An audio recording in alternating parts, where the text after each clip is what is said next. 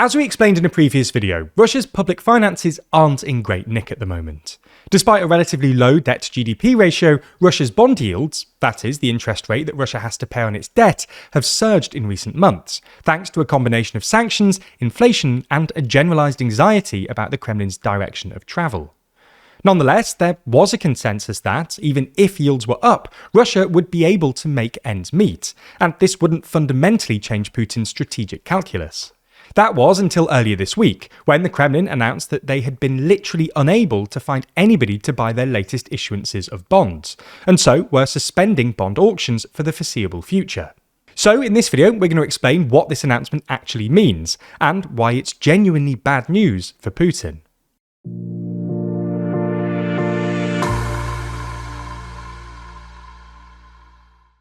We believe that quietly changing the facts or quickly deleting a video without explanation is a clear breach of your trust. So when we make mistakes, we have an entire policy designated around openly correcting them. Find out more about what we believe in our official manifesto. It's linked in the description of every one of our videos. So to understand this story, you need to understand a little bit about how government borrowing actually happens. In short, when governments borrow money, they do it by issuing bonds. Bonds are essentially defined by three things. The face value, that is, how much the bond costs in the first place, the coupon, that is, the annual interest rate that whoever owns the bond receives, and the maturity, that is, when the bondholder is paid back the face value of the bond. To give an example, the US Treasury might issue a bond with a face value of $1,000, a coupon of 5%, and a maturity of 10 years. If you bought that bond off the Treasury, you would basically lend the US $1,000. The Treasury would pay you $50 a year for the next 10 years, and after 10 years, they'd return the whole $1,000. By the way, this market where the Treasury sells bonds directly to buyers is known as the primary market. Importantly, however, the effective annual interest rate, or yield, on a bond can change if markets decide they don't want to pay the face value.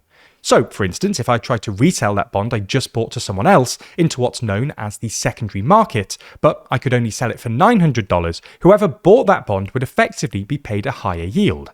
After all, $50 is more than 5% of $900. It's more like 5.5%. And after 10 years, this new bondholder would also get an extra $100, because the Treasury would pay back the full $1,000 face value, but this new bondholder only bought the bond for $900.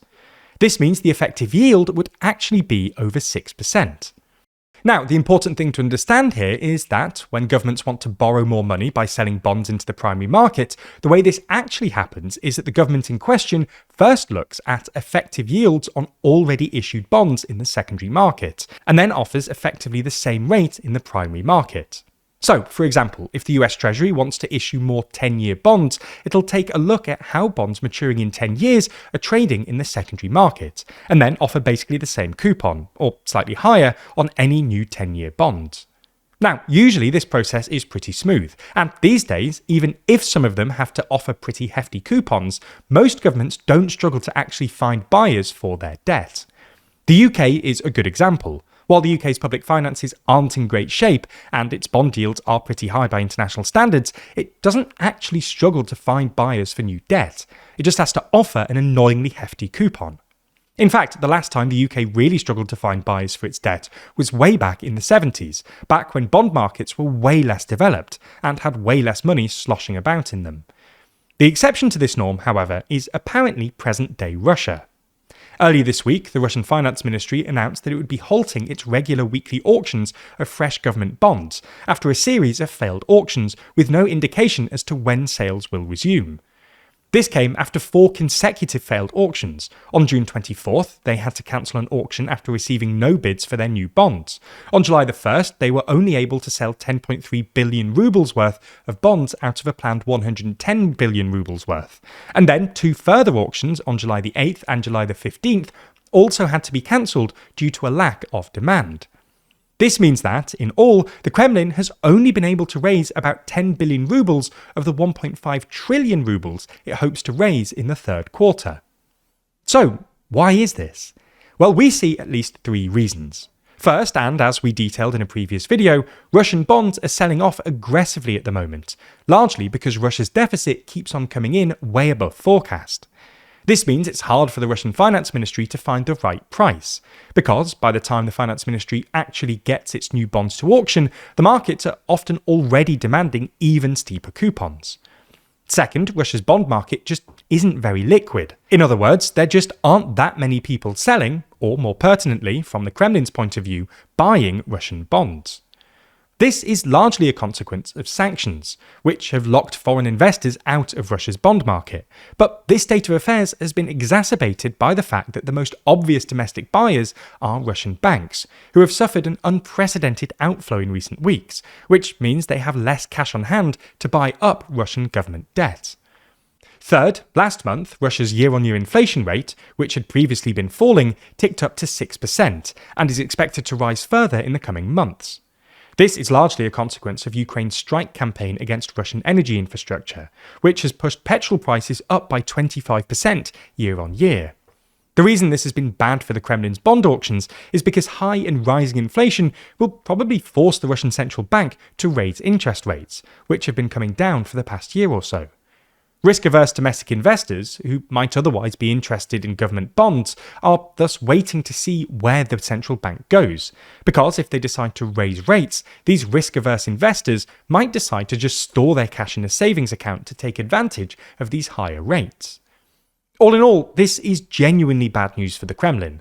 When no one wants to buy your debt, and everyone knows this, it can spark a vicious cycle, as everyone desperately tries to sell to the few remaining would-be buyers, pushing prices down and thus encouraging even more people to sell.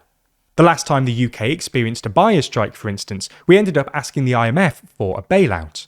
Unfortunately for Putin, it's not clear who, if anyone, could bail out the Kremlin. Greenland. For decades, it's been viewed as little more than a giant ice sheet on the edge of the world. A massive ice fortress that most of us only ever saw from 30,000 feet on a flight to somewhere else. However, that ice is receding, and as it does, the world's superpowers are beginning to move in.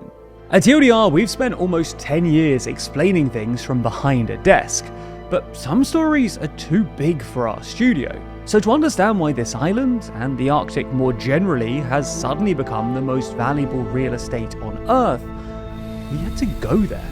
As you'll soon discover though, this isn't just a political briefing hosted from the cold. We're hiking through the wild, discovering melting icebergs, and uncovering the rusting remnants of secret military projects abandoned in the snow. I used to think I understood what cold was, but I was lying to myself. Over 3 episodes, we're asking, what's the big deal with Greenland? From the scramble for rare earth minerals, to the new battlefield for Washington, Beijing, and Moscow.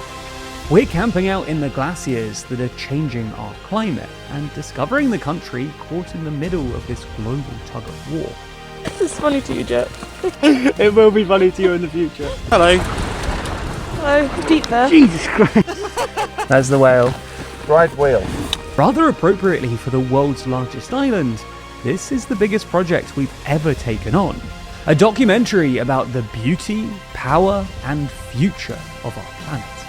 Coming this summer exclusively to TLDR Party members. If you're not a TLDR Party member already, you can sign up right now. Members not only get access to 2 long documentaries like this one, but they also get access to the audio versions of every article in our magazine, Too Long, each narrated by the writers of those articles, allowing you to listen along to it all. You also get access to our behind-the-scenes podcast, The Bullpen, access to our extra podcasts, The Last Move and The Last Word, our brand new news quiz, plus our brand new UK politics podcast, Andemonium. Becoming a member costs £3.99 a month, but for the very best deal, you should grab the Too Long and TLDR Party bundle. That way you get both our quarterly magazine Too Long, as well as access to all of the benefits of TLDR Party, for a very discounted rate. Plus, if you use code Greenland, we'll give you an extra £4 off your first bundle payment, making it basically the same price as a standalone subscription. Find out more and support the channel at toolong.news/party.